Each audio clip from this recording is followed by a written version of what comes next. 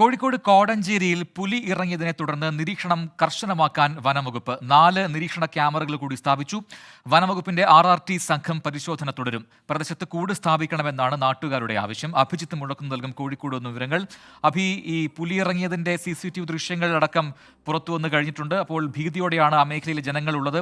ഇപ്പോൾ എങ്ങനെ ഈ വിഷയത്തിൽ ഇടപെടാനാണ് ഇപ്പോൾ അധികൃതരുടെ തീരുമാനം?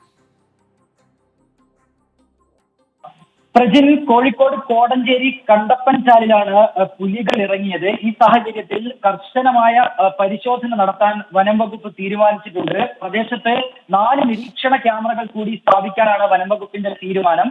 ഒപ്പം തന്നെ വനം വകുപ്പിന്റെ RRT സംഘം ഈ മേഖലയിൽ പരിശോധന തുടരുകയും ചെയ്യും. നമ്മൾ DFOയുമായി സംസാരിക്കുമ്പോൾ അവർ വ്യക്തമാക്കുന്നത് ഇത് വനമേഖലയോട് ചേർന്ന് കിടക്കുന്ന ഒരു പ്രദേശമാണ്. അതിനാൽ തന്നെ പുലികൾ ഇറങ്ങാനുള്ള ഒരു സാധ്യത അവർ ചൂണ്ടിക്കാട്ടുന്നുണ്ട്. ഈ ജനവാസ മേഖലയോട് ചേർന്നുള്ള കാട് മൂടിക്കിടക്കുന്ന പ്രദേശങ്ങൾ വൃത്തിയാക്കുവാൻ അവിടെയുള്ളവരോട് ആവശ്യപ്പെട്ടിട്ടുണ്ട്. അതിനുശേഷവും പുലി ഇറങ്ങുന്ന ഒരു സാഹചര്യം ഉണ്ടായാൽ കൂട് സ്ഥാപിക്കുന്നതിലേക്ക് അടക്കം നീങ്ങാനാണ് നിലവിൽ വനം വകുപ്പ് തീരുമാനിച്ചിരിക്കുന്നത്.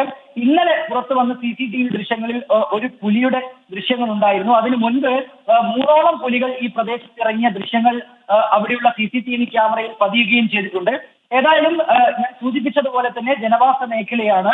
അതിനാൽ തന്നെ നാട്ടുകാരുടെ ഒരു ഭീതിയും ഇവിടെ നിലനിൽക്കുന്നുണ്ട്. കൂട് സ്ഥാപിച്ച് ഈ പുലികളെ പിടികൂടണം എന്നുള്ള ഒരു ആവശ്യമാണ് നിലവിൽ നാട്ടുകാർ ഉന്നയിക്കുന്നത്. ഇന്ന് ഈ പ്രദേശത്തേക്ക് സ്ഥലം MLA ആയ ലിൻഡോ ജോസഫും ഒപ്പം തന്നെ വനം വകുപ്പ് ഉദ്യോഗസ്ഥരും എത്തിച്ചേരുന്നുണ്ട്. അവരുടെ നേതൃത്വത്തിലുള്ള ഒരു യോഗം അവിടെ നടക്കും എന്നുള്ള കാര്യം കൂടി നമുക്ക് നിലവിൽ ലഭിക്കുന്നുണ്ട്. പ്രജി, അഭിജിത്ത് മുഴക്കുന്നാണ് വിശദാംശങ്ങൾ നൽകിയത്.